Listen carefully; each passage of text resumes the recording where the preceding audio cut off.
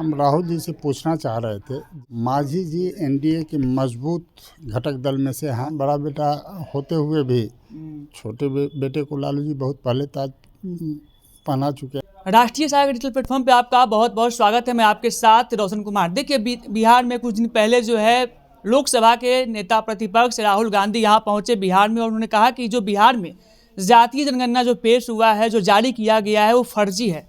हमारे साथ भाजपा के विधायक अरुण सिंह जी। सर, राहुल गांधी बिहार पहुंचे थे और कह रहे हैं कि बिहार में जो डाटा पेश हुआ है जातीय गणना का, वो फर्जी है। हम राहुल जी से पूछना चाह रहे थे, जिस समय गणना हुई थी उस समय सरकार महागठबंधन का ही था। अपनी ही सरकार पर वो अपने ही प्रश्न उठा रहे हैं। हम नहीं समझते हैं कि राहुल जी के स्टेटमेंट का कोई मायने है।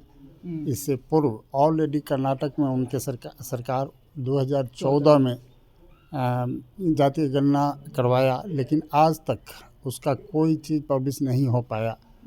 अब इसी से अंदाज़ा लगा सकते हैं कि राहुल जी की बात को कितना तवज्जो दिया जाए। वो सुबह में कुछ बोलते हैं, शाम में कुछ बोलते हैं, उनके कथनी और करनी में कहीं कोई मेल नहीं है। इसलिए राहुल जी पर बहुत कुछ बोलना वाजिब नहीं है।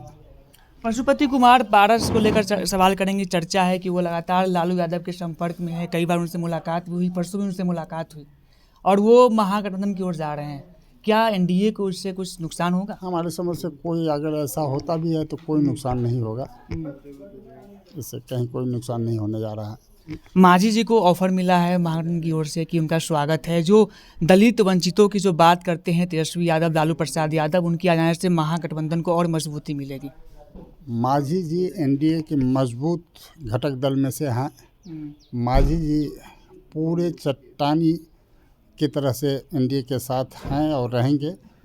ऑफ़र देना सबकी अपनी स्वतंत्रता होती है, लेकिन उसको स्वीकार करना तो मांझी जी को है। किसी भी सूरत में मांझी जी महागठबंधन की तरफ जाने की बात क्या सोच भी नहीं सकते हैं। वो एनडीए के साथ हैं और रहेंगे।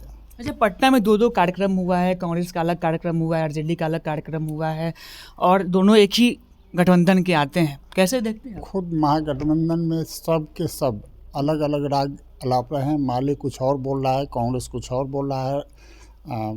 बीच में तेजस्वी जी क्या बोल गए सो आप लोगों से छुपा हुआ नहीं है। तो वो तो अपने घर को पहले बचाए।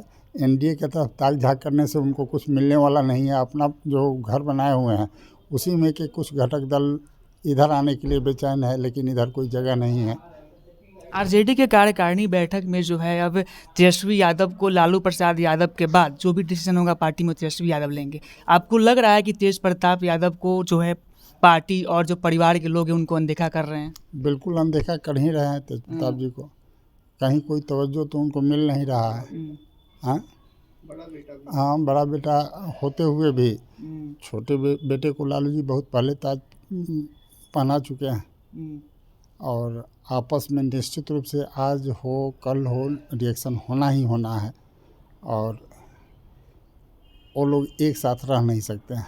तो ये हमारे साथ बीजेपी के विधायक थे अरुण सिंह जी। साफ तौर पे जिस प्रकार से बीते कुछ दिन पहले राहुल गांधी बिहार पहुंचे थे, बिहार पहुंचने के बाद कहा कि जो बिहार में जातीय जनगणना हुआ है वो फर्जी हुआ है। इसको लेकर कहा कि जहां 2014 में कांग्रेस की सरकार थी, अब तक वहां का डाटा जारी क्यों नहीं हुआ। वही जो बिहार में बात कर रहे हैं कि बिहार में जातीय जनगणना जो है वो फर्जी है। जब बिहार में जातीय गणना हुई तो उस समय उन्हीं की सरकार थी, महागठबंधन की सरकार थी, उनकी भी कुछ जिम्मेदारियां बनती है। साथ ही साथ मांझी, जितना मांझी को लेकर भी चर्चा है कि मांझी जो है महागठबंधन में जो है उनकी तरफ से ऑफर आया जा रहा है कि मांझी का स्वागत करेंगे।